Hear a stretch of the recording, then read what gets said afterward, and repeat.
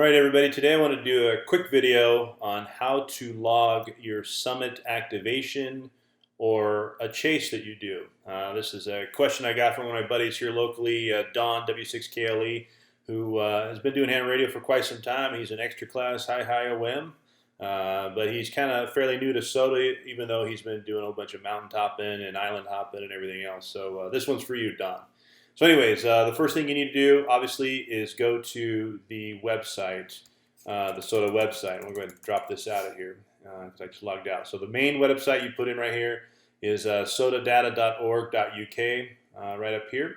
Once you're in that website, this pops up, and then all you need to do is do one of two things. Go to log on is what we'll do. You can see here I already have an account created based on my call sign and my password. If you have never done this before, obviously, come down here and click to register. It only takes a few seconds, and then you're up and running. It's very, very simple, actually, to use. Anyways, put your call sign in, your password that you created, and just log on. Once you log in, I really like this little dialog box. It gives you your, hey, this is where you're at as of right now.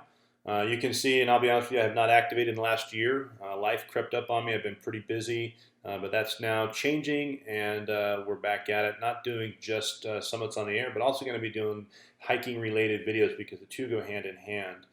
So I'm excited to get back at it. But anyways, activator points. This is how many points I have total, 362. You can see it's broke down here between bonus points and regular points, and I'll do a subsequent video on how you get bonus points. And then the chaser points. So there's two things you do in SOTA. Summit's on the air. You're either an activator, means you're on top of the mountain, and you're activating that particular peak, and we'll go over summit designators, or you are a chaser, and you are not on the peak, and you're one of the 4 required people that make contact with the activator, but you can also get chaser points. So why do you do all this? For me, it's just a personal goal to get out, hike, stay healthy, have fun, goof with my radio gear, and just geek out and check out of the world. I like activating more than chasing, but I do like to reciprocate when I'm kicking back in my shack here and just listen to 5.2 while I'm just goofing around on my computer. And so many peaks around here, we get chaser points for that, or from summit to summits, and I'll discuss those in later videos. But yeah, I'll talk about what constitutes activation in some other videos that I've got planned on this particular series. But back to the point of this particular video is how do you log a summit activation. So the first thing is create a profile. Second thing, log in. Next thing, hit continue, and then you come up here to summits. I'm sorry, not summits, but submit log. And then if you're going to submit an activator, if you activated it, you click on the summit log, submit activator entry, and then you just simply go with this. Click yes. Everything is in UTC, so you click the date. That should have been on the previous page. Let me go back. I did not want to do that. So there's the page I want to start on here. So I had a previous one that I was up and running on, so I apologize for that part right there. But anyways, when you do a new log, this is what's going to come up first.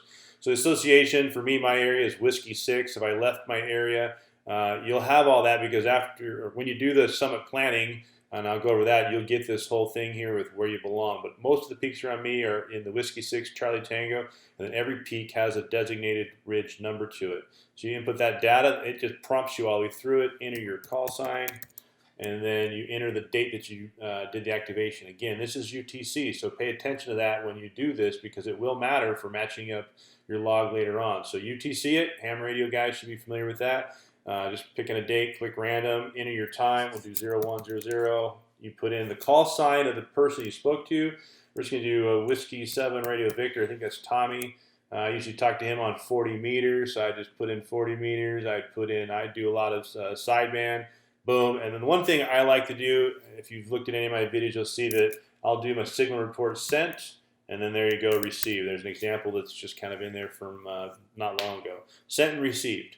So that's what I do to help me further justify the QSO. Once I've got that, click add, go in, and you're only required to activate, what constitutes activation is 4 contacts, 4 legit contacts. That's why I do a signal report to help legitimize my contacts.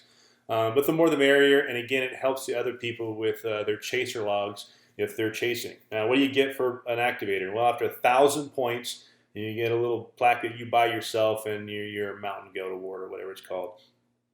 Conversely, if you're a chaser, you get a Shack Sloth award. And all that information is on the SOTA site, and you can check that out. So To submit a chase, you would do the same thing here, or a summit to summit. You would just click that, and you would go in and do the same exact thing in that order, and you would submit your log accordingly. So I hope that helps you. If you got any questions, be sure to hit me up in the comments below. More videos are coming, and if you got something out of this, I hope you can like the video, and I hope you also subscribe, and I'll see you on some future videos here soon.